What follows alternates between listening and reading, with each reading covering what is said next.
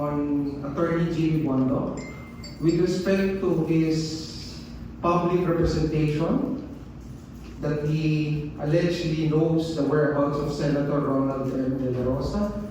I have directed the issuance of a formal letter request asking him to provide the department with any information in his possession or available to him regarding the whereabouts or information leading to the location of Senator De La Rosa.